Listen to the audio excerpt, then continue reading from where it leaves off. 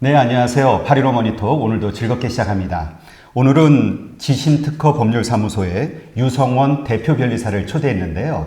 저희가 이제까지 안유화 교수라든가 또 여러 패널들을 모시고 중국 시장에 대한 이야기를 하다 보니까 그 영상을 보신 구독자분들이 많은 댓글을 남겨주셨어요. 그 가운데 중국에서 정말 손해를 많이 봤다. 중국은 상대하지 못할 곳이다.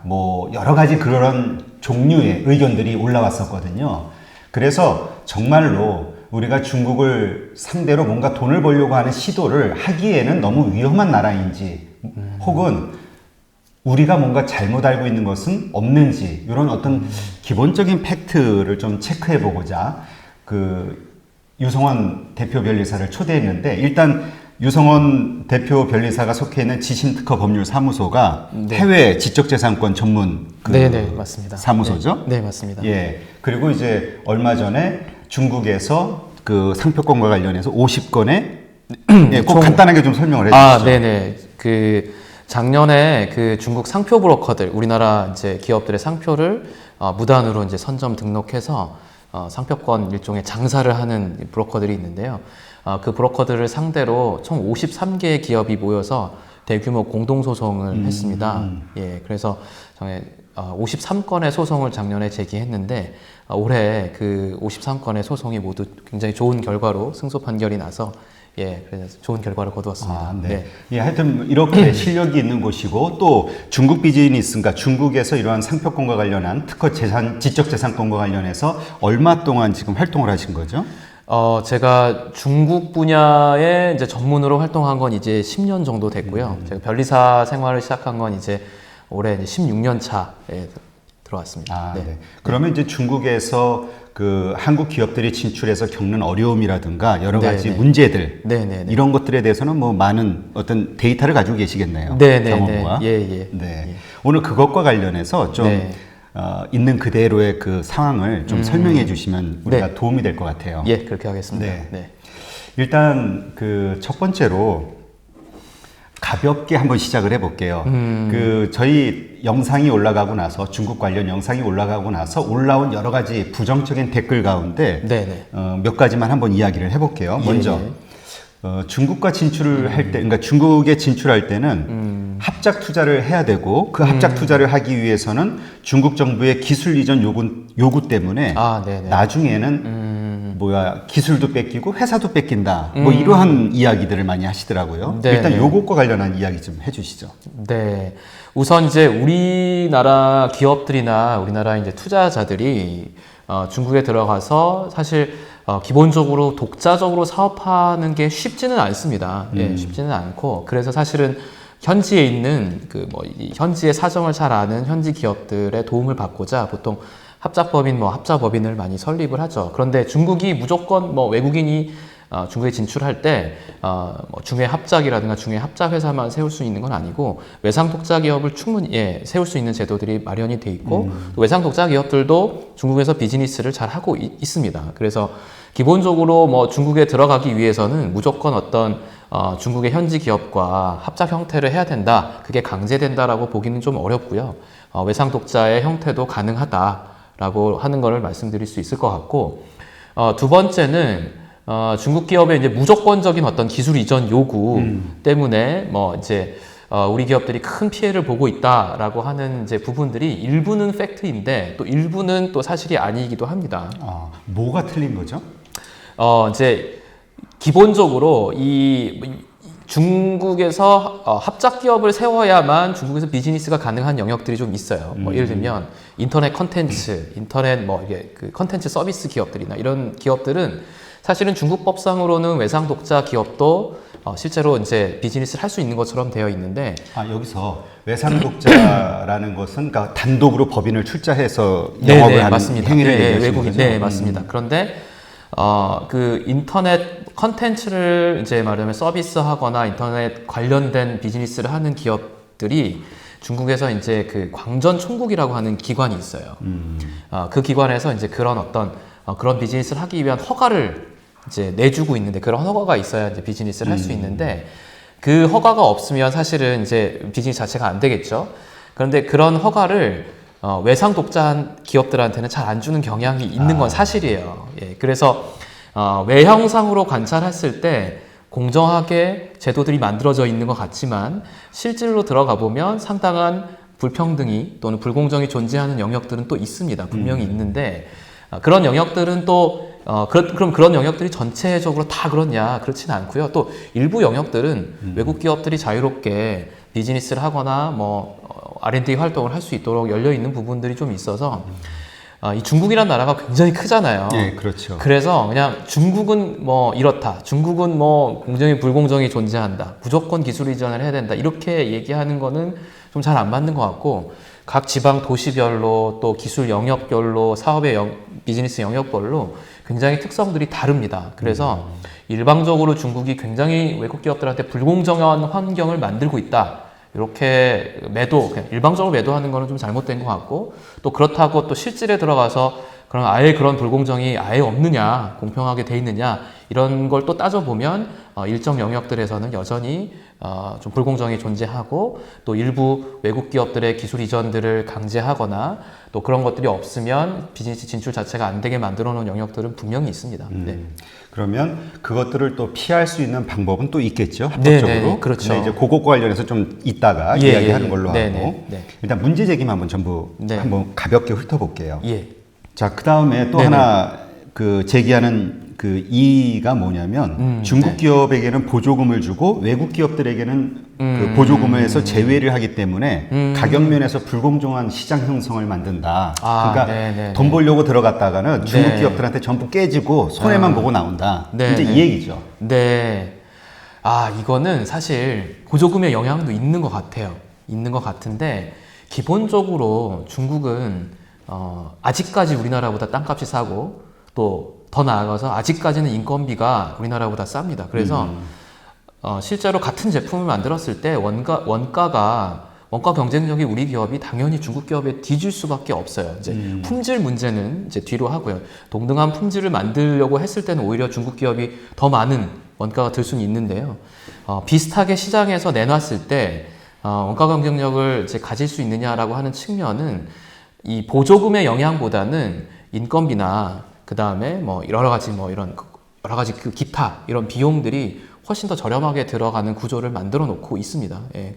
이미 아직은 중국 경제가 이런 땅값이라든가 여러 가지 비용들이 아직은 우리나라보다는 좀 적게 들어가는 구조를 갖고 있기 때문에 또 아직은 중국이 이런 일선 도시들 이 중국의 이제 동부 연안에 있는 도시들보다 내륙으로 들어가면 들어갈수록 여전히 개발 여지들이 아직 많이 있고요. 그런 측면에서의 경쟁력의 차이라고 보여지고 보조금의 차이 때문에 우리 기업들이 무조건 원가 경쟁력이 떨어진다 이렇게 보기는 좀 어려운 것 같습니다. 그러니까 중국 현지에 진출해서 우리가 그러한 불공정한 환경 때문에 기업들이 전부 손해보고 철수를 한다 이런 생각은 잘못된 건가요? 예, 그렇죠. 사실 지금도 여전히 중국에 진출하고 있는 기업들도 있고 또 실제 제 고객들 중에서도 여전히 중국 시장을 굉장히 적극적으로 개척하고 있고 중국에서 큰 매출을 올리고 있는 그런 기업들이 여전히 있습니다. 특히 이런 전자제품, 그러니까 IT나 또 반도체 분야의 재료, 중간 재료들이라든가 또는 반도체 장비들이나 이런 영역들은 여전히 중국에서 굉장히 가능성 기회들이 많이 있다고 보여집니다. 네. 그리고 그와 관련해서 이제 하나의 사례로 많은 사람들이 얘기하는 게 롯데백화점 가가지고 박살나고 들어왔다. 사드 때문에 망했다. 네, 이런 네. 얘기 하는 분도 있고 네. 현대차도 망했다. 네. 삼성전자 휴대폰도 네. 쫄딱 망하고. 1%, 네. 1, 2%밖에 시장 점유율 안 되면서 네, 네. 망했다. 네. 이런 얘기 하시는 분도 있더라고요. 네. 이 롯데백화점 사례는 롯데몰이라든가 이 관련된 사례는 사실 사드 영향도 일부 있겠죠. 그런데 조금 더 근본적으로는 중국의 이 시장의 유통 구조라든가 중국 사람들의 있던 소비 패턴의 변화의 영향이 훨씬 더 크게 작용하지 않았나라는 생각이 듭니다. 지금 우리나라도 지금 배달업 관련된 이 산업이 굉장히 급성장하고 있잖아요. 근데 중국은 우리나라보다 한 1, 2년 전부터 이 배달을 관련된 업종이 크게 성장하고 있었고, 여러분 다 아시는 그 스타벅스를 대항할 정도로 성장하고 있는 중국의 그 루이싱이라고 하는 커피 브랜드도 사실은 뭐 커피 맛으로 뭐 스타벅스와 경쟁한다기보다는 가장 큰 어떤 그 경쟁력이 배달이거든요. 아, 그래요? 커피 한 잔도 배달해주는 그 서비스. 이런 어떤 말하자면 소비 패턴의 변화, 뭐 유통구조의 변화에 의해서 이런 대형 백화점 산업이 상당히 위기를 맞고 있는 그런 와중에 있었다라고 보여집니다. 그래서 물론 사드의 영향도 있겠죠. 물론 사드의 영향도 있고, 뭐 실제로 그 중국 정부가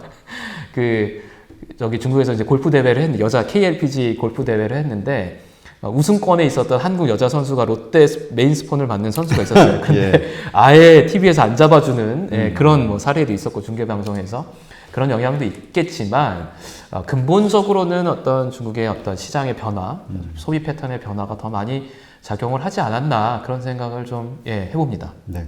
저도 그와 관련해서 그 중국 비즈니스 전문가 분에게 들은 얘기가, 우리 같은 경우는 자연스럽게 3차 산업하면서 왜 그 몰이, 그러니까 백화점 문화가 네, 이렇게 발전을 했는데, 그렇죠. 예. 마트라든가, 중국은 이게 바로 접목이 되자마자 바로 온라인 네, 맞아요. 쇼핑몰들이 활성화가 되면서 네. 바로 그 단계로 넘어갔다는. 네, 맞습니다. 뭐 알리바바라든가 뭐 징동샹청이라든가 이런 쇼핑몰들이 엄청나게 이제 성장을 하면서 실제로 뭐 중국의 이제 블랙 프라이데이라고 하는 광군제, 광군제도 사실 메인은 온라인 쇼핑이거든요, 전부 다. 그런 측면을 봤을 때 그런 어떤 트렌드의 변화에 이런 어떤 오프라인 상의 대형 매장의 경쟁력들이 이제 하강하고 있었던 국면에 거기에 좀 맞물려진 게 아닌가라는 생각을 해봅니다. 네. 네. 그리고 요거는 한번 그 보시는 분들도 팩트 체크를 한번 해보셔야 되는 게, 그 오프라인 유통 업체로 롯데만 망한 것이 아니라 롯데보다 더 뛰어난 중국 토종 업체들도 전부 영업난에 시달리다가 알리바바가 다 인수했다는. 네, 맞습니다. 그러니까 기본적으로 중국에서 오프라인 백화점들의 유통체인들의 영업 자체가 너무 힘든 상황이었다라는 거. 네. 요것에 대해서 한번 확인해 보시는 게 좋을 것 같아요. 실제로 중국에 뭐 베이징이나 상하이 이제 출장 가보시면요, 유명한 쇼핑몰들이 있거든요. 뭐 중국에 뭐 베이징 하면 뭐 구어마오라든가 뭐 이런 데 있는 쇼핑몰들, 뭐 상해도 마찬가지고, 그런데 가보면요, 백화점들이 너무 멋있게 해놨는데 가보면 손님이 없고 썰렁합니다. 그런 것들 보면 이게 좀 소비 패턴의 변화가 이제 생기고 있다라고 봐야 되지 않을까 생각합니다. 네. 그래요. 자, 그 다음에 이제 또 하나 가장 많은 이야기가 되고 있는 게, 중국에 가면 상표권 도용을 많이 당한다. 지적재산권을 보호를 받을 수가 없다. 이런 얘기. 네, 맞습니다.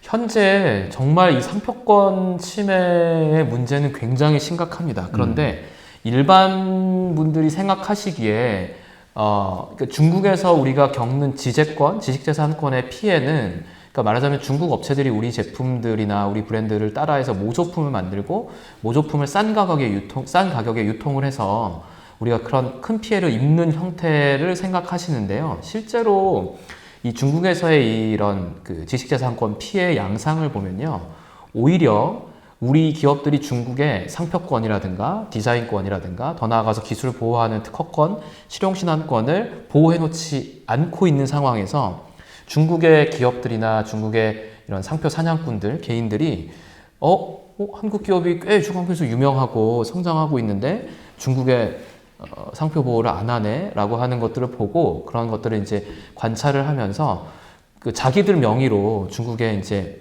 자기 권리로 등록을 시켜 놓는 거죠. 그래서 오히려 우리가 이제 들어가서 겪는 문제가 막 모조품들이 막 유통돼서 막 시장이 교란되는 문제라기보다는 당장 우리 기업이 우리 제품 들고 갔는데 중국 기업들의 지재권 침해 문제부터 발생을 해요. 내 상표를 먼저 그쪽에 등록해놨다 이거죠? 그렇죠. 그러니까 내가 오히려 원래 오리지널 브랜드의 그 사용권자인데 오히려 내가 중국 들어가면 상표권 침해자가 되는 거죠. 그래요? 네, 이 문제가 훨씬 더 많습니다.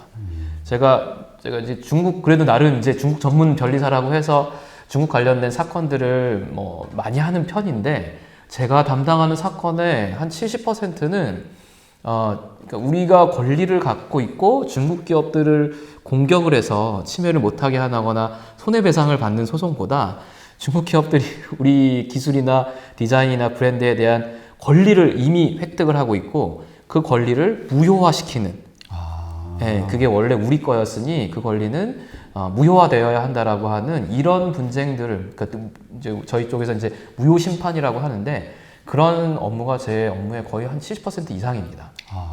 그러면 그러한 현상은 왜 벌어지는 거죠? 그러니까 그게 한국도 마찬가지인가요? 외국 기업이 그 가지고 있는 어떤 상표권이나 특허권에 대해서 디자인에 대해서 우리가 한국에서 먼저 해가지고 등록을 하면 우리도 역시 그런 효과를 얻는 건가요? 예, 그런 예전에는 그랬어요. 그런데 이제 우리나라는 그래도 나름 이제 세계 5대 지식재산 강국에 이제 속하게 됐고, 그 이제 Intellectual Property 5라고 해서 IP5라고 부르는데 그 IP5 국가에 우리나라가 들어가 있습니다. 그래서 뭐 이런 여러 가지 FTA라든가 이런 것들을 통해서 우리나라는 법률이 많이 개정이 돼서 외국에서 유명한 또는 외국에서 알려진 기술이 아직 우리나라에 뭐 특허 보호나 상표가 보호되지 않았다라고 하더라도 한국의 내부에서 한국 국가에서 그 타인의 이미 선공개된 것들을 자신의 권리로 선점하는 행위들을 금지하고 있어요. 그런 법률들이 많이 제정이 돼 있는데 중국은 아직 그런 정도까지 오지 못했습니다. 법률 환경이.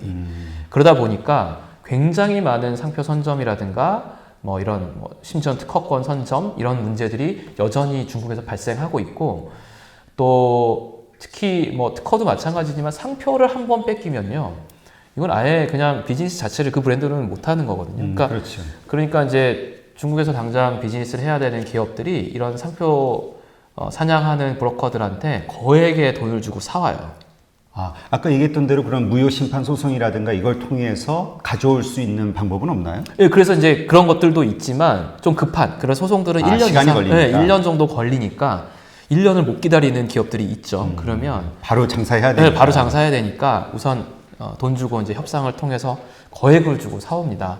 그러면 이 브로커들은 뭐 중국에서 상표 출원하는데 중국 내국인들이니까 싸게 출원하겠죠. 뭐 한 5, 60만 원이면 이제 상표권을 획득할 텐데 그거 해서 뭐 많게는 20억, 예, 뭐 적게는 뭐 한 2, 3억 정도의 수익 얻으니까요. 뭐 이만한 투자가 없는 거죠. 진짜 어떤 금융 상품, 어떠한 투자 상품보다 수익률이 좋은 게 중국에서 이 상표 선점입니다.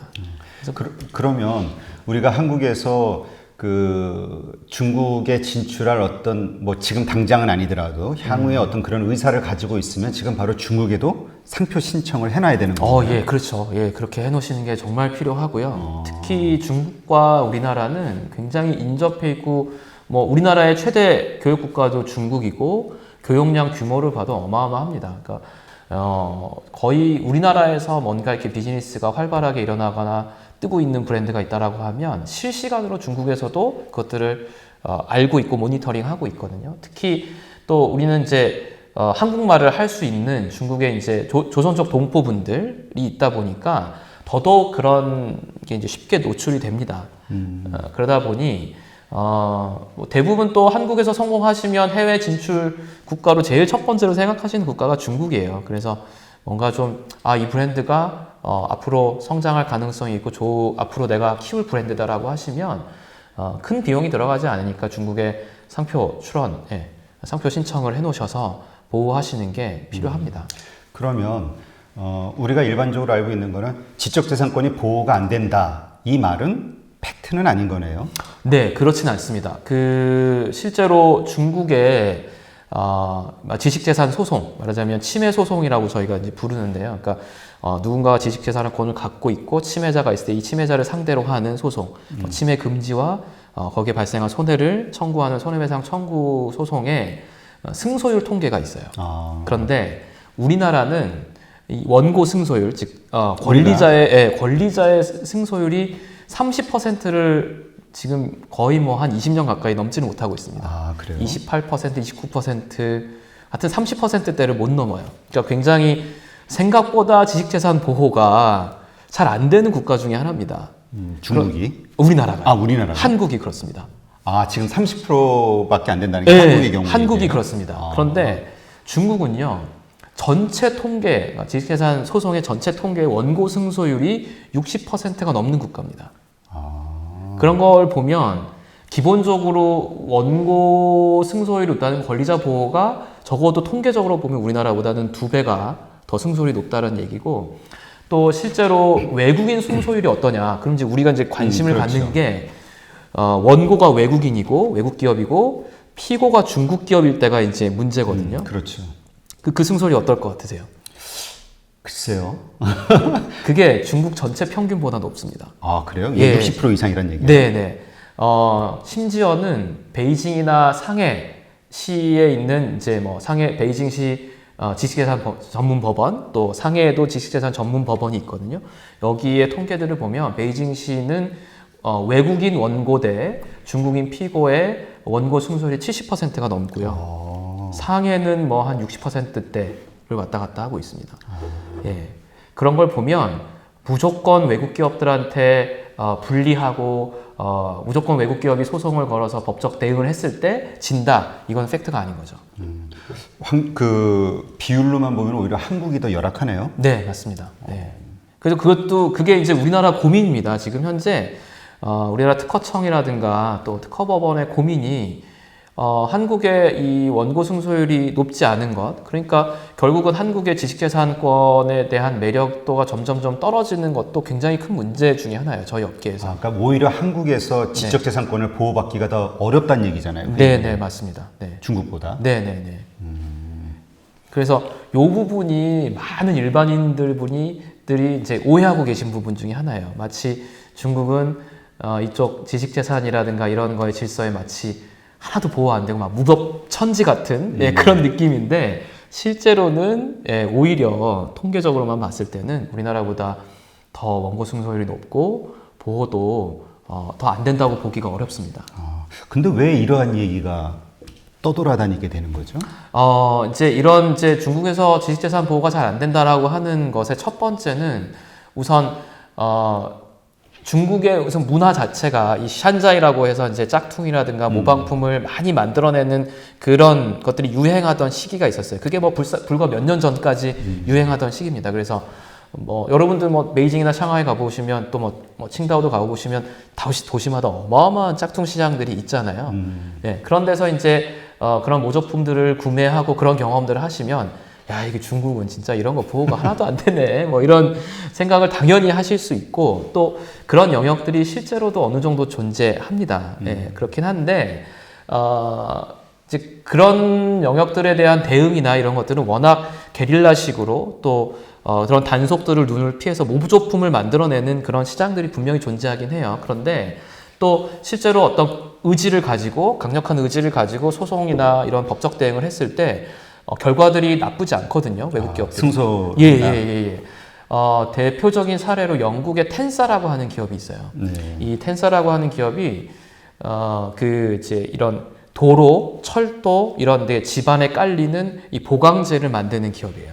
여기에 중국 특허권도 갖고 있고 이제 전 세계 특허권을 갖고 있는 기업인데 이 기업이 보니까 처음에는 중국 시장에 진출해서 이걸 수출해서 잘 팔았는데 얼마 지나니까 중국의 이제 건설 업체들이나 이런 업체들이 이걸 보고 똑같이 모방해서 팔아갖고 이제 중국 공사들을 따내들하는 거죠. 토목 공사들을. 네. 그리고 또 이제 중국 건설 업체들은 대부분 국영 기업들이 많거든요. 그렇죠. 네, 그러니까 이런 기업들을 상대로 소송을 해서 이긴다? 이게 거의 불가능한 것처럼 이제 생각을 했는데 이 영국 텐사라고 하는 기업이 이 중국 기업들을 상대로 한 20여 건의 침해 소송을 제기를 해요. 국영 기업들을 상대로. 네. 그래서 한 5년간 소송을 했는데 2건 빼고 다 승소를 한 걸로 제가 알고 있습니다. 그래요? 네, 그래서 현재 그 지오그리드 보강재라고 하는데 그 제품을 중국 시장에 지금 80%를 점유하고 있는 걸로 지금 알고 있어요. 네, 그만큼 이런 중국 제도의 특성이라든가 또 지재권 보호 환경을 좀 잘 이해하고 또 강력한 어떤 법적 대응을 할 경우에 꼭 보호가 안 되거나 패소한다거나 이러지는 않다. 이렇게 좀 알고 계시면 더 좋을 것 같습니다. 네. 자, 그러면 또 이 얘기에 대해서도 한번 질문을 드려볼게요. 중국에서 진출을 해요. 기업이든 개인이든. 그리고 돈을 많이 벌었어. 근데 그 돈을 외국으로 가져나갈 그렇죠. 수가 없다는 거야. 네, 전부 네. 공산당한테 뺏긴다. 네. 이런 얘기를 많이 해요. 예, 그 부분은 좀 문제가 있죠. 제가 생각해도 그 부분은 조금 불공정하다고 저도 좀 느끼는 부분 중에 하나인데, 중국이 이제 그 외국 기업들이나 또는 이제 외국의 자본이 들어와 있는 이런 네. 합작 기업들이 세금을 낼 때 추정과세를 하는 경향이 좀 있어요. 그거는 어떤 의미죠? 그러니까 외국 기업 입장에서는 이제 만약 이제 한국 기업이라고 하겠습니다. 한국 기업이 있고 한국 기업이 중국에 법인을 세웠어요. 그리고 그 법인이 이제 뭔가 이제 중국 내에서 이제 뭐 비즈니스 활동을 하겠죠. 그런데 한국 기업 입장에서는 아무래도 중국에 세금을 내는 게 싫으니까 이 기업의 이제 매출이나 이런 것들을 최소화시키겠죠. 그래서 이제 뭐 이 수익을 갖다 최소화시켜서 거의 발생하는 이제 수익이 없도록 그래서 뭐 중국에 내는 이제 법인세라든가 이런 것들을 줄이려고 할 텐데 중국의 이제 세무당국이 어떻게 하냐면 그렇게 해서 이제 외국 기업들이 세금을 적게 내니까 어떤 걸 포착을 하냐면 이와 비슷한 외국 기업들의 수익률 또는 이 기업이 타 국가에서 냈던 어떤 수익 이런 것들을 조사해서 중국에서도 분명히 그 정도 수익을 냈을 거다라고 추정을 하고 말하자면 그냥 추정과세를 때려버리는 거예요. 아, 그렇게 돈을 못 벌었는데도 그냥 그렇죠. 그만큼 내야 되고. 예, 그렇죠. 물론 그 전 단계에는 외국 기업들이 중국의 매출들을 줄이거나 수익을 줄이는 뭐 이런 뭐 약간의 부정한 어떤 불공정한 어떤 행위들이 뭐 있었기 때문에 그런 뭐 이제 추정과세라고 하는 이제 뭐 그런 조치들이 나왔긴 했겠지만 어쨌든 외국 기업들이 중국에 어떻게든 세금을 내게 만들어서 이제 그 세금으로 이제 회수하려고 하는 그런 경향은 좀 있습니다. 그래서 예를 들면 중국에서 실제로 수익이 발생하지 않았는데 이 기업이 중국뿐만 아니라 뭐 예를 들면 다른 동남아 국가, 인도네시아에서는 수익을 이만큼 냈어요. 그러면 중국에서도 분명히 이만큼 수익을 냈을 거야라고 그만큼의 세금을 추징을 하는 거죠. 그건 상당히 좀 불공정해 보입니다.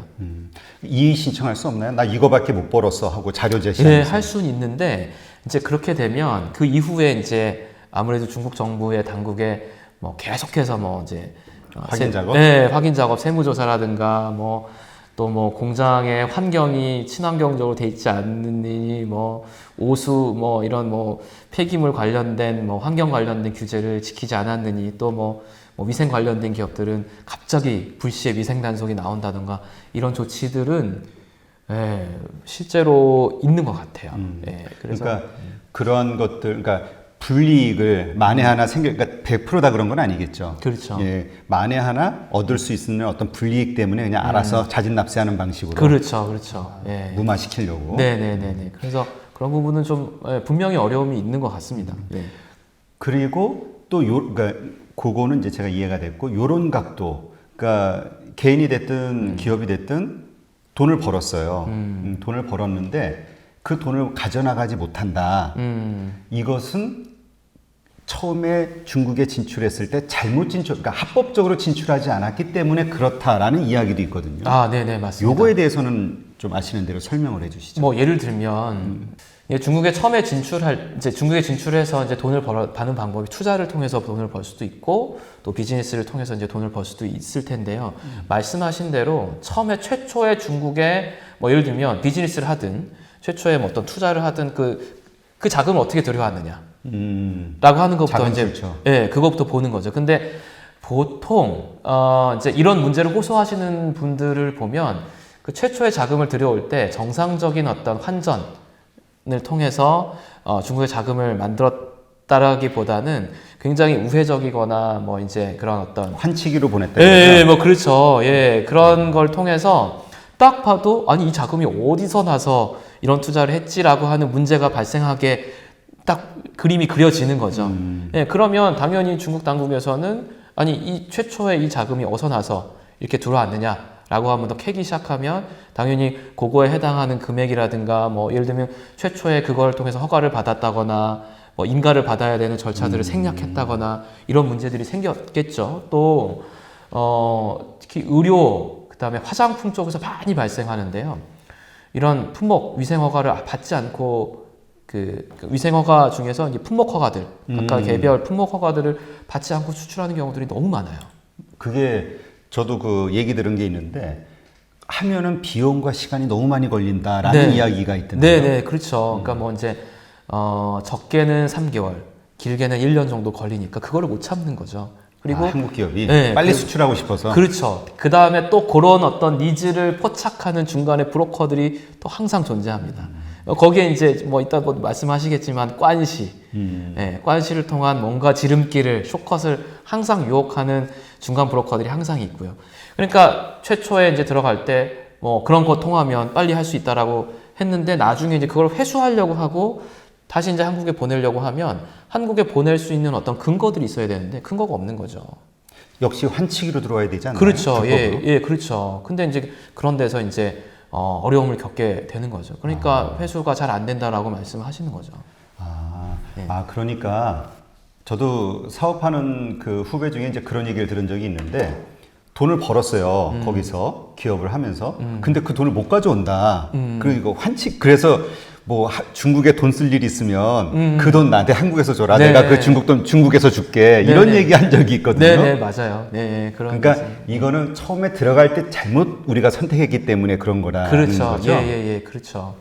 그다음에 이제 또 뭐 중국이 외국으로 자기 이제 중국 내에 있는 자본이 외국으로 빠져나가는 것들은 그거는 중국뿐만 아니라 어느 나라나 제한이 있죠. 예, 그래서 그런 부분들에 대한 것들 때문에 근거가 없이 중국에 이제 돈을 보내야 하니까 한국으로 돈을 보내야 하니까 무슨 근거가 있어야 보내는데 그러겠네. 그러니까 이 돈이 어떻게 생겼어라고 물어보면 할 말이 없는 거예요. 그렇죠. 예. 물론 이만큼은 벌은 거지만 그렇죠. 그만큼을 벌기까지 그 앞전의 돈은 그럼 또 뭐야 이렇게 돼버리면 그렇죠. 예, 그렇죠. 그리고 또 내가 돈을 뭐 이만큼 갖고 있는데 그걸 한국으로 이제 환전을 하려고 하면 또 뭐 이제 그거에 대한 뭐 최초의 자금에 대한 소명도 필요할 거고 또 만약에 어떤 형태로 송금을 뭐 중국 법인과 한국 법인에서 이제 중국 법인이 한국 법인으로 이제 송금을 하려고 했을 때 근거가 있어야 되잖아요. 그렇죠. 법인 간의 거래니까 이게 뭐 일종의 라이센스 피인지 어떤 대금, 어떤 물품에 대한 판매 대금인지에 대한 근거 없이 그냥 무조건 송금을 하려고 하니까 송금이 안 되는 거죠. 그러니까 이것은 처음에 들어갈 때 합법적으로 들어가지 않았기 때문에 합법적으로 빼올 수가 없어서 생기는 문제다라고 정리를 하면 네, 되겠네요. 그게 거의 대부분일 겁니다. 대부분일 거고 그리고 실제로 그래서 중국 비즈니스를 하실 때 중국에서 발생하는 수익이 한국으로 들어오는 이 합법적인 경로를 만들어 놓으셔야 돼요. 그거는 진출할 때 만들어야 되는 그렇죠. 거죠? 예, 그래서 한국에서 중국에서 발생한 수익을 송금받을 법인이나 주체, 그 다음에 중국에서 비즈니스를 하는 그 비즈니스 주체 간에 어떤 특정한 계약 관계가 있어야 돼요. 예, 그래서 이 계약 관계에서 정당하게 송금이 발생을 해야 됩니다. 이 구조를 만들고 비즈니스를 시작하셔야 돼요. 그래야 중국에서도 뭐 적당한 세금 나가고 한국에서도 세금 나가고 그렇죠. 이게 말이 네. 되는 거네요. 그렇죠, 맞습니다. 근데 이제 앞 단계가 무너지면 중국뿐만 아니라 한국에서도 세금 탈루라든가 여러 가지 문제가 같이 일어나야 되는 거예요. 네, 맞습니다. 그러니까 이건 꼭 중국만의 문제가 아니라 중국과 한국 양쪽의 문제가 될 수 있겠네요. 그렇죠. 예, 이거는 어느 나라에 가시든지 꼭 중국에서만 발생하는 문제는 아니고 어느 국가에 가셔도 다 발생하는 문제입니다. 근데 이런 얘기 들은 적이 있는데 그 중국을 진출하면서 거기에 대리인, 그러니까 뭐 가까운 어떤 뭐 잘 알게 누구 지인의 소개로 알게 된 사람이 됐든 뭐 믿을 만한 사람이 됐든 해가지고 현지인을 뭐 대표로 세우거나 현지인 명의로 사업을 시작해가지고 그 문제되는 경우가 있다라고 네네. 들었거든요. 네. 이거는 어떤 케이스인가요? 이제 그런 얘기들을 많이 하고 또 현지인들 브로커들이 그런 얘기를 많이 해요. 그러니까 아까도 말씀드렸지만 어떤 사업의 영역들은 외국 기업의 자본이 들어갈 거니까 뭐 중외 합자든 외상 독자든 외국의 어떤 자본이 섞였을 때 이제 어떤 특정한 허가를 못 받는다거나 비즈니스를 하는 어떤 환경이 열리지 않는다거나 이런 영역들이 있거든요. 이제 대표적으로 인터넷 컨텐츠가 이제 대표적인 것 중에 하나인데 이제 그런 거를 회피할 목적으로 이제 말하자면 그냥 중국 내자 기업을 하나 만들 목적으로 이제 그런 사람들을 세우는 거죠. 예, 그래서 결국은 이제 그런 내자 기업을 세워서 이 모든 이제 회사에 대한 지배력이라든가 동사회라고 하잖아요. 동사회 구성을 내국인으로만 이제 구성을 했을 때 결국 그 사람들과의 완벽한 어떤 그 사람들을 구속해서 뭔가 이게 우리의 뜻대로 움직일 수 있게 만드는 어떤 법적인 구조가 만들어지지 않으면 언제든지 배신할 수 있지 않습니까? 예. 그러니까 그 얘기는 그러니까 그 사람 명의로 사업을 돈을 이제 아마 그것도 불법으로 가야 되겠죠. 돈이 환전해가지고 네. 불법으로 돈을 주고 그 돈 가지고 이 사람 명의로 사업을 해서 돈이 벌린다 해도 이 사람이 안 줘, 내 거야 이래 버리면 그렇죠. 답이 없는 거예요. 답이 없는 거죠. 네. 무조건 이 사람을 신뢰할 수밖에 없는. 그렇죠. 예. 개인 간에 어떤 각서를 써놔도 안 되나요? 계약서를? 예, 이제 그런 계약서를 써서 이제 뭐 써놓는다고 하더라도 그렇게 하시면 공증을 받으셔야 돼요. 아, 중국 법원에서? 예, 중국에서 공증을 받으셔야 돼요. 이게 중국에서 나중에 이제 법적 분쟁을 하시면 중국은 민사소송법상 그러니까 증거로서 이제 유효하게 성립하기 위해서 이제 세 가지 요건을 이제 요구하는데 뭐 진정성, 합법성, 수집, 그 다음에 주장 사실과의 관련성 이 세 가지 요건을 요구하는데 이 진정성 요건에서 중국은 굉장히 엄격합니다. 그래서 이런 사인 간에 만들어낸 문서들은 거의 대부분 공증인에 의해서 중국의 법원이 이제 말하자면 지정한 공증인에 의해서 공증을 받아야만 중국 법원에서 증거로 인정을 받아요. 그래서 만약에 그런 걸 만들어 놓으셨다고 하면 반드시 공증을 해 놓으셔야 됩니다. 근데 이제 공증 잘 안 해 놓죠.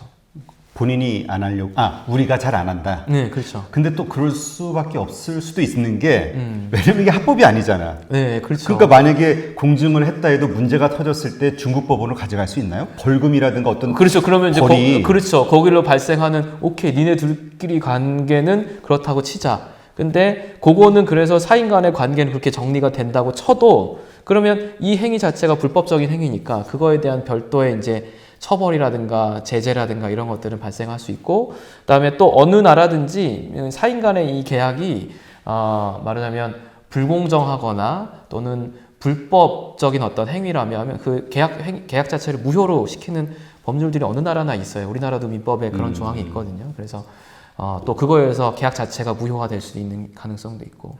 우리 그 법정 이자 이상으로 받을 때는 그 무효가 그렇죠. 도박빚은 무효다 맞습니다. 뭐 이런 것처럼. 네네네. 그렇죠. 예.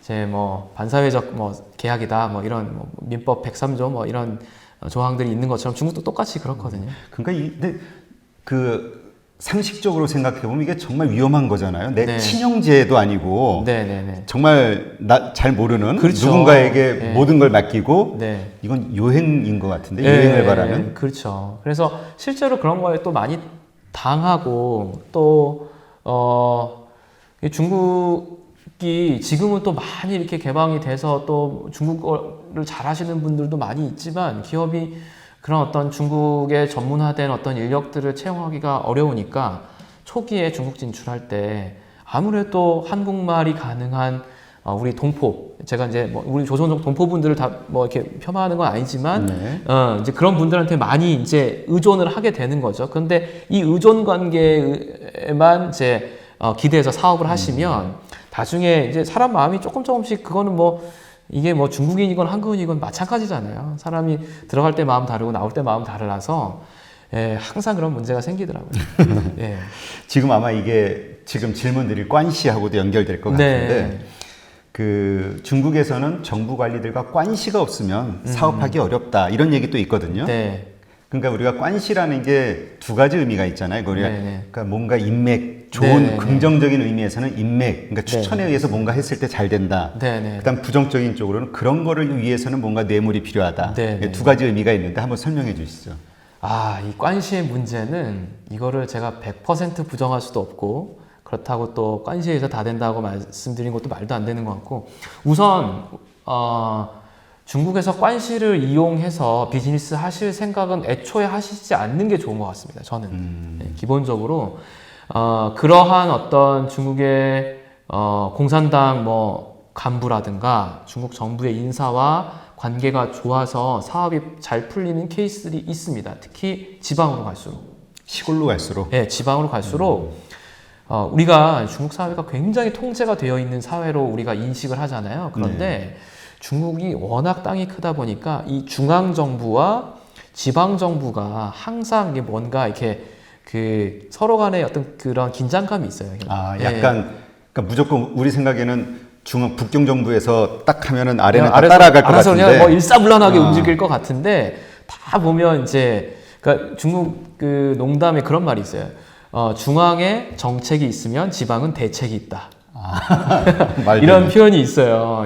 그런 것처럼 이 지방, 특히 지방, 이제 많이 내륙으로 갈수록 정말 이게 통제가 안 되는 부분들이 있고, 이제 베이징이나 상해만 해도 사실 뭐 이런 관시가 거의 통하지 않는 도시라고 보여지는데, 뭐 정저우라든가 뭐 이런 내륙의 원저우 뭐 이런 데로 가면 정말 이 지방 공무원과 그런 이쪽 그 어디죠? 지방 기업들 간의 유착 관계는 분명히 있습니다. 예. 그래서 이게 내가 어디서 비즈니스 하느냐에 따라서 이 관시가 얼마나 작용할지 여부가 좀 결정이 되는 좀 영향이 있고요. 그런데 지방 정부로 간다고 하더라도 이 관시를 이용해서 너무나 많이 사기를 치는 브로커들이 너무 많아요.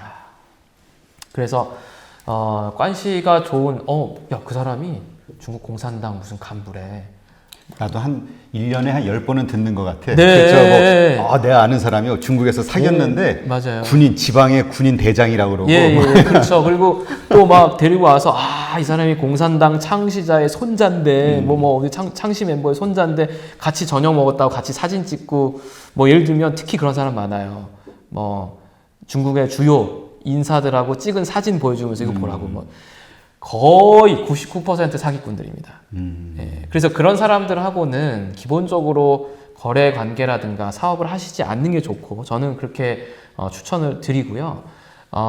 정말 관시라든가 이런 관계를 이제 필요해서 그런 것들을 이제 좀 그러니까 뭐 부정 행위를 하시라는 말씀은 아니고 뭔가 조금 좀 원활하게 뭔가 연락을 쉽게 취한다거나 실제로 추천의 의미, 네, 소개. 그렇죠. 예, 우리가 뭐 예를 들면 허가를 신청해놨는데 이런 것들이 제대로 지금 진행이 되고 있는 건지 또 뭐 예를 들면 뭐 그게 뭐 3개월에서 1년 걸리는데 이게 나올 건지 안 나올 건지에 대한 좀 내부의 어떤 동향이나 이런 것들을 파악하는 정도에서 활용을 하신다고 하면 저는 중국에 있는 이런 정식의 뭐 로펌이라든가 자격을 가지고 있는 사람들, 변호사라든가 회계사라든가 이런 사람들을 통해서 그런 연락, 뭐 내부적인 어떤 연락들을 취하시는 게 훨씬 더 안전하다고 봅니다. 그런데 맞아요. 그 브로커 말씀하신 브로커는 우리가 검증이 안 되잖아. 네, 그 사람 맞습니다. 말이지. 네, 맞습니다. 그래서 정말 뭐 몇 억 날리는 분들 제가 수도 없이 봤고요.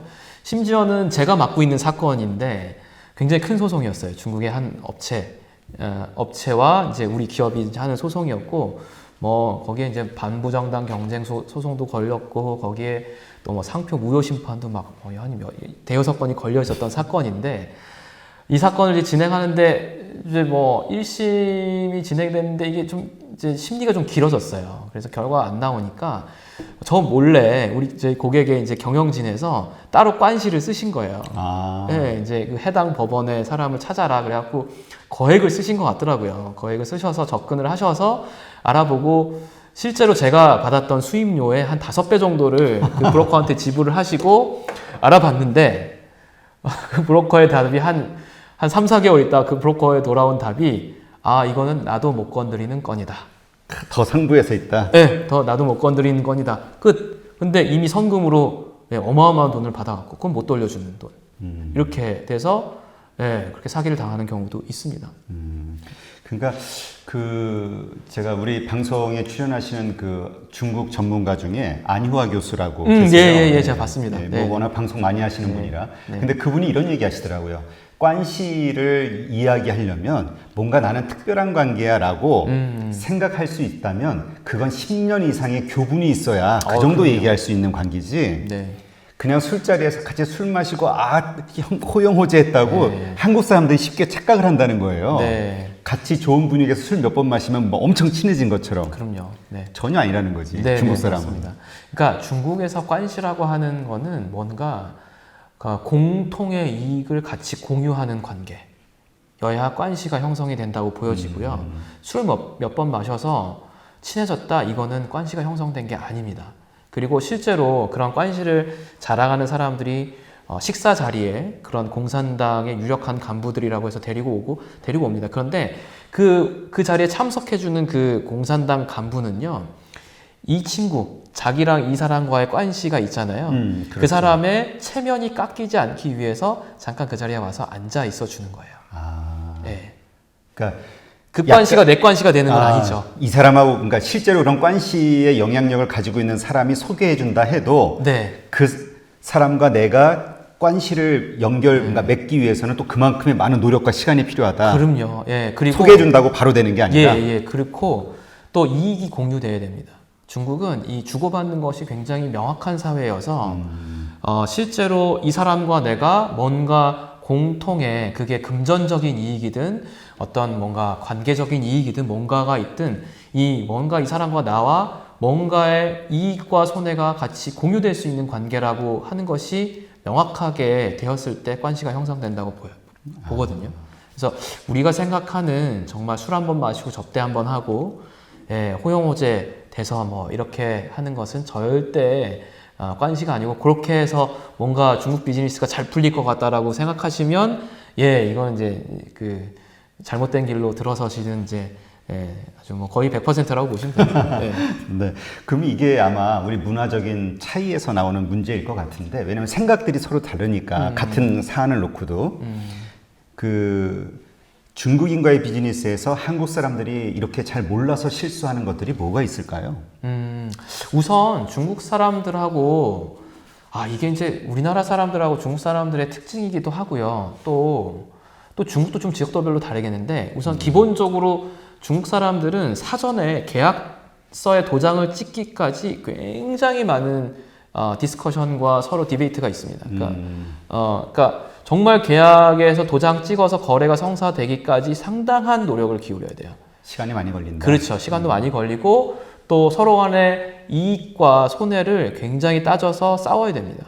근데 이제 우리는 그렇게 되면 마치 이 거래가 틀어질 것 같고 불안하죠. 그러니까 우리는 막 따지면 막 그럴 것 같으니까 오케이, 좋은 거야. 우선 진행하고 나중에 그거는 정리합시다. 그래서 우리는 계약이 굉장히 명확하지 않은 경우들이 많아요. 그리고 실제로 제가 한국에서 거래하는 계약서들을 보면요, 이런 계약서를 쓰는 게 무슨 의미가 있을까? 대부분 추후 협의한다.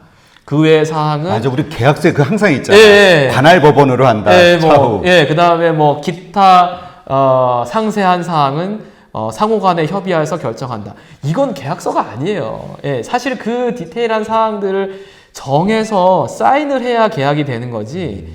그거는 그냥 뭐 LOI나 MOU 정도의 서로 간에 어떤 비즈니스를 하겠다는 의향을 주고받는 정도라고 보는 거고요.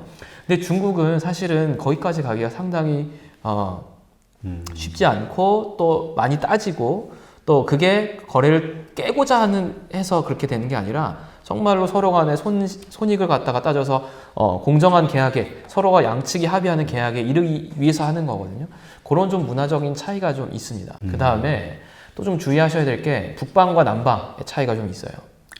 하긴 우리는 우리 생각을 하니까 나라는 그냥 하나로 문화라든가 생각이 다 같을 거라고 생각하는데 중국은 워낙 넓고 민족이 다민족이잖아요. 네, 맞습니다. 그래서 제가 그냥 딱 한 가지만 예를 들어드리면, 제가 제일 많이 출장 가는 도시가 베이징이고 그 다음이 상하이인데, 제가 저도 이제 중국 로펌들과 많이 거래를 하니까 저도 사건을 많이 보내고 또 그들도 저한테 이제 사건을 의뢰하고 이제 하거든요. 그러다 보니까 이제 여러 로펌들과 제가 거래를 하고 있는데, 베이징에 이제 출장 일정을 잡으면 제가 보통 한 4박 5일을 잡아요. 월요일부터 금요일까지. 그렇게 잡으면 중국의 로펌들에 막 이렇게 레터를 보내서 나 갈게. 뭐 몇 월 며칠 10시에 나 만나줄 수 있냐, 2시에 나 만나줄 수 있냐, 이렇게 보내잖아요. 그러면 중국의 베이징에 있는 로펌들은 정말 뭐 거의 당일 24시간 이내에 거의 대부분 답장이 오고, 야, 공항은 어디로 들어오냐, 비행기 편이 몇 편이냐, 내가 차를 보내니까 그 차 타고 와라, 호텔 필요하면 내가 잡아줄게. 그 다음에 이제 보통 제가 이제 10시, 2시, 4시 미팅을 잡거든요. 그럼 10시 미팅 잡으면 무조건 점심 식사를 같이 하자는 제안이 오고, 4시 미팅을 잡으면 저녁 식사를 같이 하자는 제안이 와요. 그리고 2시 미팅을 잡잖아요. 그러면 되게 서운해요. 같이 밥 못 먹으니까. 왜 너 지금 2시에 미팅을 잡아갖고 너 딴 애들하고 저녁 먹으려고 그러는 거 아니냐. 너 우리 저기 4시 반에 와. 나랑 저녁 먹게. 술 한잔도 하고 이러거든요. 그래서 제가 베이징을 그렇게 오랫동안 다녀도 물론 제가 보내는 사건은 있지만 베이징에 있는 로펌들하고 거래가 제가 이제 유치한 사건들이 성사된 게 몇 건 안 돼요. 너무 이렇게 친하게 지내고 막 형제처럼 막 그러는데 상해는요 4박 5일 일정을 잡아서 레터를 보내면 그 중에 한 2, 3일 있다가 한 절반 정도만 답이 옵니다. 왜 오려고 그러는데 목적이 뭐야? 네가 논의하려는 디스커션 하려는 주제가 뭐야? 뭐 이제 그것부터 시작해서 그러면 내가 이날은 시간이 비는데 1시간 정도 시간 낼 수 있어. 그거 괜찮겠어? 뭐 에서부터 시작해서 밥을 먹자는 얘기가 별로 없어요. 예. 그래서 이제 보통 미팅을 하면 보통 미팅을 해서 그 미팅 자리가 서로 만족할 만큼 정보가 교환됐다. 그럼 거의 대부분 거의 그 다음 주에 뭐 한국에 돌아가면 거래가 성사돼 있거나 이런 경우가 많습니다. 이런 특성들이 좀 있어요. 근데 지금 그 어느 분한테 저도 들었는데 중국인들은 같이 식사하면서 술 마시고 이러잖아요.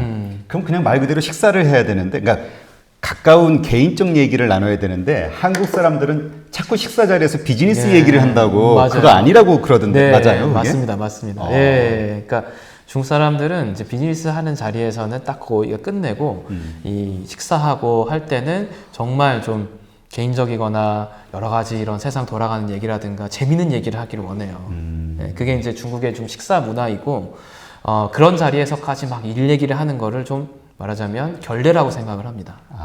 예, 그래서 중국의 이 속담 중에 이런 말이 있습니다. 그 요시 반시, 메이시吃饭이라고 하는 이제 말하자면 중국 사람이 많이 쓰는 격언이 있는데 이게 뭐냐면 일이 있을 때는 일을 하고 일이 없으면 그때는 같이 밥을 먹자. 뭐 이런 뜻입니다. 우린 밥 먹으면서 일 얘기 많이 하는데. 그렇죠. 예. 그래서 그런 어떤 문화가 있다라고 하는 걸 좀 감안하시고 특히 식사 자리에서는 아주 이제 유쾌하게 대화하는 자리이기 때문에 그런 것들은 조금 이제 주의를 좀 하셔야죠. 예. 자, 그러면 이제 중국 기업하고 합작 사업을 만약에 하려고 해요. 이럴 때 한국 측에서 특별히 뭐 조심하거나 신경 써야 되는 것들은 뭐가 있을까요? 최초에 이제 계약 조건들을 좀 잘 보셔야 되는데, 한국 기업들이 초기에, 제가 뭐 특정 회사를 언급하기는 좀 그렇지만, 초기에 이제 진출을 하면서 합작 회사를 만들었어요. 그런데, 계약 조건이 중국 회사는 증자를 할 수 있는데, 한국 회사는 조인트 벤처를 만들었는데, 한국 회사는 증자를 못하게 만들어놨어요. 네, 그래서 회사가 점점 좀 잘 됐죠. 잘 되니까, 중국 회사는 증자를 해서 이제 50% 지분이 넘어가는데, 한국 회사는 증자를 할 수가 없으니까 결국 회사에 대한 지배권을 잃고 거의 대부분의 노하우나 이런 것들을 중국 회사에 넘겨주고 철수하게 되는 그런 상황들이 많이 발생했어요. 그래서 기술 뺏기고 쫓겨난다라는 얘기가 아마 그런 데서 나오는 얘기가 그렇죠. 그러니까 처음에 계약이 잘못된 거예요. 그렇죠. 그게 그 중국의 법률상 그렇게만 해야 되는 게 아니라 기업의 선택인 거죠. 그렇죠. 그래서 그런 부분들을 좀 주의하시는 게 좋고요. 그 다음에 이제 지식재산권 관련돼서 조금 말씀을 드리면, 중국 기업들이 대부분 조인트 벤처를 설립을 하면서 그 회사의, 그러니까 조인트 벤처 회사의 명의로, 이 이제 관련된 서로 쉐어하고자 하는 기술이나 뭐 이런 브랜드에 관련된 권리를 그 조인트 벤처 중국 회사에다가 넘기는, 계약을 하거나 또는 아예 상대방 중국 회사한테 그 권리 명의를 요구하는 경우들이 많아요.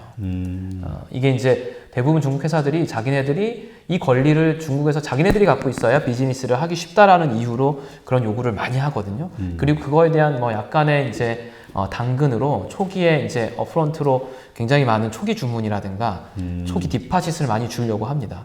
예, 근데 이거는 굉장히 좀 주의를 하셔야 됩니다. 이게 정말 기술 뺏기는 거네요. 그렇죠. 예, 맞습니다. 그래서 결국은 그 권리가 그게 조인트 벤처가 됐던 중국 회사가 됐건 넘어가게 되면 이게 이제 뭐 이런 거래 관계라는 게 계약 기간이 뭐 5년이 됐든 뭐 10년이 됐든 언젠간 종료되고 갱신이 안 될 수 있잖아요. 그렇죠. 그렇죠. 그렇게 되면 그거에 대한 뭐 기술이 됐든 브랜드에 대한 권리를 뺏기고 쫓겨나게 되는 상황이 항상 발생하게 됩니다. 그러니까 조인트 벤처를 설립한다 해도 내가 가지고 있는 한국 기업의 어떤 기술을 조인트 벤처에서 사용하고 사용권료를 받는 형식이 돼야지. 네, 맞습니다. 예. 이걸 그냥 그쪽에 그래 같이 공유해 너네도 마음껏 쓸 수 있어 이런 계약을 하면 안 된다는 거예요. 네, 맞습니다. 예. 그리고 그러니까, 이거는 그 강제된 게 아니라 기업들의 선택에 의해서 잘못 결정된 사항인 거고요. 네, 맞습니다. 예. 그래서 항상 그런 권리를 통째로 넘기시는 그게 중국 기업이 됐든 거래하는 상대방 중국 기업이 됐든 조인트 벤처가 됐든 통째로 넘기시는 거는 절대 하시면 안 되는 사항 중에 하나라고 근데 생각합니다. 말씀하신 대로 그쪽에서 아마 엄청나게 뭔가 당근을 처음엔 근데 우리는 사실 몇 년 후 예상 안 하잖아요. 이렇게까지 그렇죠. 그냥 예. 지금 좋은 관계니까 네, 네, 그리고 또 이 조인트 벤처의 지분도 내가 뭐 50% 가지고 있으니까 그냥 그렇죠. 뭐 내 거나 이런 생각으로 쉽게 네. 생각하는데 그렇죠. 아닌 거죠. 네네, 맞습니다. 비즈니스 세계에서. 네네네, 맞습니다. 그 한국의 한 회사가 이제 뭐 이제 기업 명칭은 좀 공개하기는 좀 그런데 굉장히 크게 성공한 이제 뭐 이런 뭐 헬스케어 관련된 회사인데 굉장히 뭐 광고 모델도 잘 선택을 했고 또 그 시장이 갑자기 폭발하면서 굉장히 잘 됐어요. 그런데 이 회사가 이 제품을 어디서 생산을 하냐면 중국의 광저우에 있는 공장에서 생산을 해요.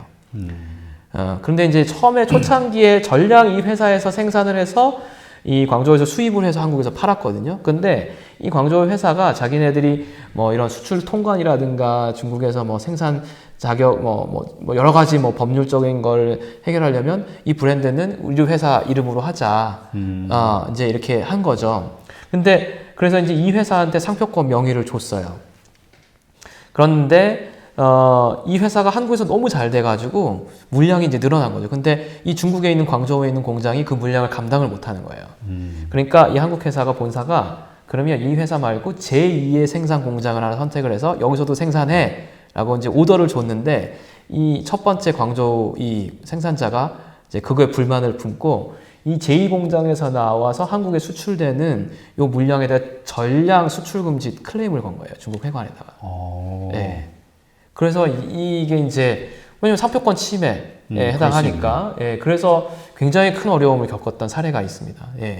그러니까 처음에 계약할 때 우선 아주 철저하게 해야겠네요. 네.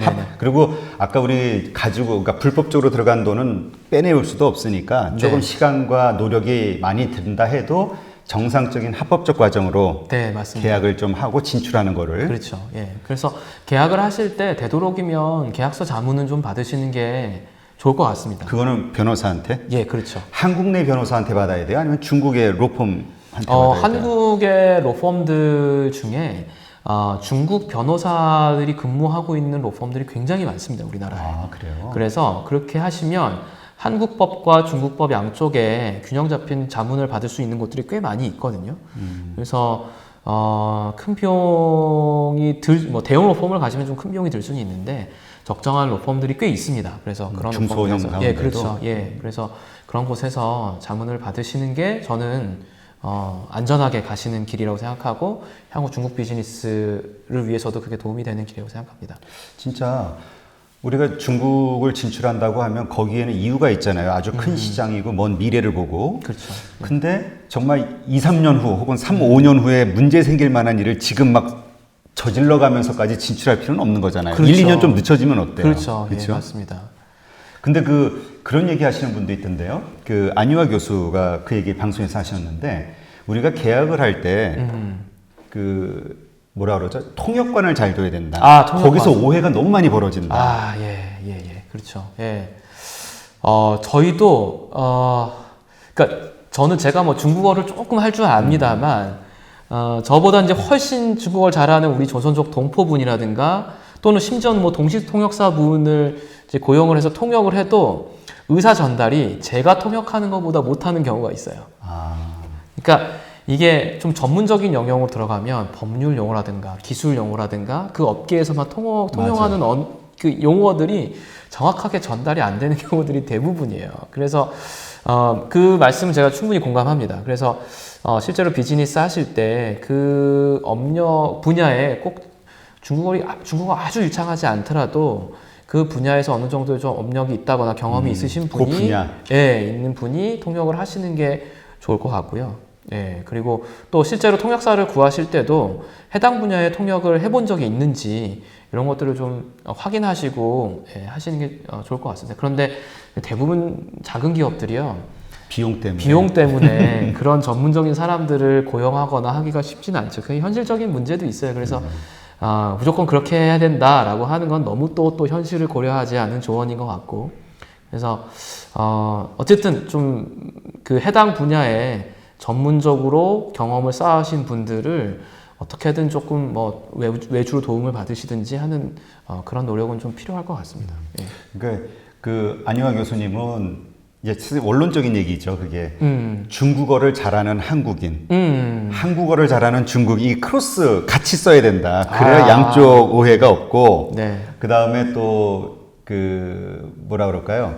항상 그 뭐라 그럴까요? 그 회의가 회의를 할 때는 항상 녹음을 해라. 네네네. 녹음을 해가지고 그거를 다시 한번 크로스 체킹을 해라. 그 자리에서 안 되면 후회라도 그런 얘기를 하시더라고요. 예. 우선 두 번째 하신 말씀, 녹음을 해서 크로스 체킹하는 건 너무 필요한 것 같습니다. 그건 정말 너무 좋은 조언이신 것 같고요. 첫 번째도 굉장히 좋은 조언이신데, 그게 현실적으로, 이 중소기업들이 감당할 수 있을지는 조금 의문이긴 해요. 예. 왜냐면 사실 현실적으로는 아무 조금 돈 있는 기업들은 괜찮지만 네. 작은 기업들은 가가지고 막 유학생들, 학생들 뭐 알바비 네. 조금 주고 막 써먹으려고 그럼요. 이러잖아. 거의 대부분 그렇죠. 그리고 뭐 시간당 전문적으로 통역하시는 분들은 뭐 시간당 뭐 2-30만 원 줘야 되는데 이게 이제 중소기업이 감당하기가 힘들죠. 근데 정말로 중요하게 생각한다고 하면 사실은 나중에 문제 생각하면 그게 처음에 조금 더 나간다 해도 그게 더 확실할 것 같다는 생각은 들기는 해요. 네. 위험성이 너무 크잖아. 네, 맞습니다. 네. 다만 또 한 가지 문제는 네. 진짜 그렇게 잘할 수 있는 통역하실 수 있는 전문가를 어디서 찾느냐. 또 그게 문제네. 이것도 과제이긴 합니다. 예. 그러니까 어쨌건 이 얘기는 결국 차분하게 많은 조사를 통해서 그러니까 급하게 들어가면은 뭐든지 다 꼬일 것 같아요. 그렇죠? 네. 시간을 두고 차분하게 공략 장기전으로 보고 네. 그래야 되지 않을까 싶은 생각이 들고요. 네, 중국 빈실에 좀 호흡을 조금 좀 여유 있게 가지시는 게 좀 필요하지 않을까. 그리고 중국 사람들 자체가 만만디 뭐 성향이 그렇다면서요. 늦게. 그거는 그렇진 않습니다. 그렇지 않아요? 이게 제가 제일 싫어하는 말 중에 하나가 만만디인데 중국 사람들을 다 만만디로 표현하는 것 자체가 중국이라고 하는 이 국가를 너무 말하자면 우리 시각으로 보는 것 같아요.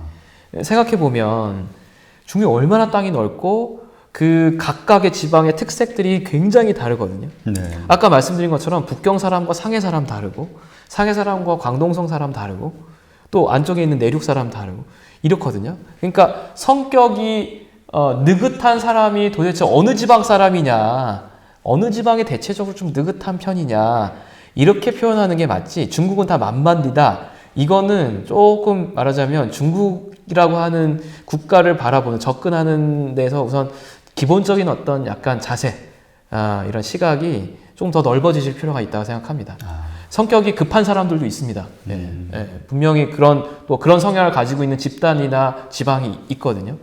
그거에 따라서 전략을 짜셔야지 중국은 다 만만디다 이렇게 표현하는 거는 좀 적절치 않은 것 같습니다. 맞아요. 그 말씀 들으니까 저 들었던 얘기가 하나 떠오르는데 중국을 하나의 나라로 보면 안 된다. 뭐 아까 말씀하신 대로 지방별로 지방이 하나의 성이잖아요. 우리로 하면 경상북도 뭐 이런 것처럼 하나의 성이 우리의 도인데 그 하나의 성 자체가 우리의 인구도 몇 배가 되니까. 그럼요. 한 나라. 광동성만 해도 인구가 1억이 넘고요. 상해시 2,400만, 베이징시 2,000만. 그러면 거의 우리나라 뭐 절반이거나 또는 광동성만 보면 우리나라보다 훨씬 많죠. 그러니까 완전히 거기는 다른 데하고 문화나 기후도 완전히 다르고 그렇죠. 특성도 다르다 이거죠. 네, 맞습니다. 그래서 우리가 만약에 얘기하신 광동성에 진출을 한다 했을 때는 중국에 대해서 알려고 하지 말고 광동성에 대해서 알아야 되고 그렇죠. 상해에 진출하려고 하면 상해의 특성이나 문화 이걸 알아야 된다는 그렇죠. 그런 것들에 대한 조금 심도 있는 조사와 스터디가 좀 필요한 것 같아요.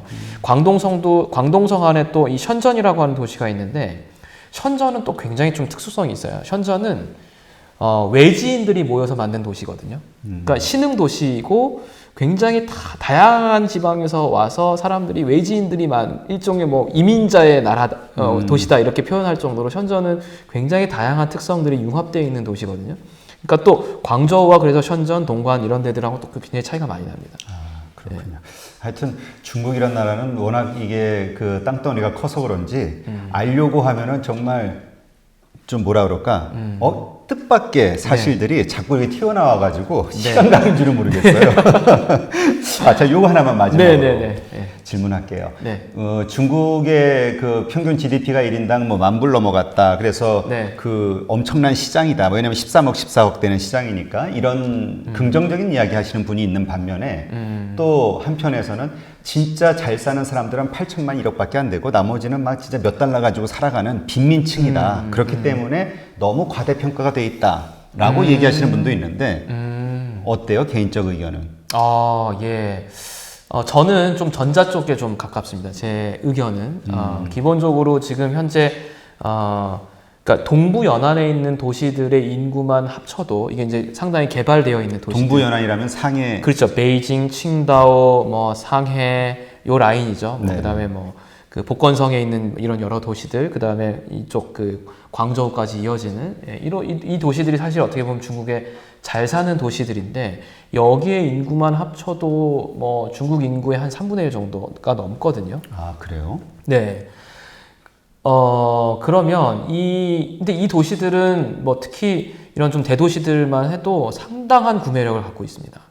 네, 시장도 굉장히 크고요. 그래서, 우리나라 정도의 구매력을 갖고 있는 인구가 8천만에서 1억밖에 안 된다라고 하는 건 너무 과소평가하는 것 같다는 생각이 들고, 또 중국의 어떤 인구 구조들이나 이런 것들을 보면 굉장히 이제 이 소비지향적인 세대가 지금 이제 그 빠링호우, 지오링호우라고 해서 80년대 이후생들, 90년대 이후생들이 이제 소비를 주도하고 있는 세대들이 이제 성장하고 있는데 굉장히 소비 성향이 강한 이런 세대들이거든요. 그래서 중국의 소비 시장은 앞으로도 굉장히 클 여지가 많고 또 기본적인 GDP 구조만 봐도 미국은 아마 GDP 구성에 아마 제가 정확한 숫자는 뭐 정확하진 않습니다. 한 7, 80%가 이 소비가 주도하는 GDP 구조를 갖고 있는데 중국은 여전히 이 소비의 비중이 50% 미치예요. 그러니까 여전히 소비에 의해서 GDP가 더 확장될 수 있는 여지가 너무 많은 국가라는 거죠. 그래서 저는 오히려 지금 안유아 교수님이 말씀하신 것처럼 소득이 $10,000가 넘어갔다라고 하는 것이 굉장히 큰 의미가 있다고 생각을 하고 진짜로 지금부터 이제 시작이다라고 저는 생각을 합니다. 그래서 중국의 소비 시장을 너무 좀 과소평가 하는 시각은 조금 경계해야 될 것 같고 조금 더 우리가 적극적으로 중국 시장에 적극적으로 좀 진출해서 개척하려고 하는 그런 노력은 더 필요할 거라고 생각을 합니다. 네. 알겠습니다. 네. 예, 오늘 그 중국에 대해서 좀 다양한 각도에서 알아보기 위해서 지적재산권과 관련해서 이 해외 지적재산권과 관련한 어떤 전문업을 하고 계시는 그 중에서도 이제 중국과 관련해서 10여 년 이상 네. 해오신 지심특허 법률사무소의 유성원 대표 변리사를 모시고 여러 가지 이야기를 나눴는데 이제까지 가지고 있었던 우리의 그 뭐라 그럴까 그 중국에 대한 부정적인 생각들이 일부는 뭐 사실이고 또 일부는 좀 사실에 근거하지 않은 좀 네. 과장된 면이 있다라는 사실을 좀 알게 됐고요. 물론 이와 관련해서 아까 뭐 말씀하신 로펌 뭐 좋은데 많이 아시겠죠? 또 이렇게 소개해 주시면 또 로펌 중국의 그 중국과 비즈니스를 많이 하는 로펌의 또 변호사를 한 번 또 모셔서 또 다른 이야기를 나눠보도록 하겠습니다. 어쨌건 중국에 대해서 좀 조금 더 알게 될 수 있는 좋은 시간이었던 것 같아요. 아유, 예. 예. 저도 그 시간이었습니다. 우리 이거 방송 보시는 분들 가운데서도 중국 비즈니스를 원하거나 혹은 중국하고 비즈니스하면서 뭔가 문제가 꼬인 어떤 사업가들도 많이 있을 것 같아요. 네네네. 예, 그런 분들을 위해서도 네. 우리가 방송 끝나는 자막으로 우리 네. 지심특허 법률사무소 전화번호 하나 넣어놓을게요. 네. 그 우리 구독자라고 하면 뭐 혜택이 좀 있나요? 그럼요. 예, 이렇게 815 뭐 TV 말씀하시면 제가 특별히 더 신경 써서 그 지심특허 법률사무소에 연락을 하실 때는 815 모니터를 받다고 꼭 얘기하시고 특혜를 받으시길 바랍니다. 네, 알겠습니다. 네, 오늘 이렇게 나와주셔서 감사합니다. 예, 저도 너무 즐거웠습니다. 네, 고맙습니다. 네, 감사합니다.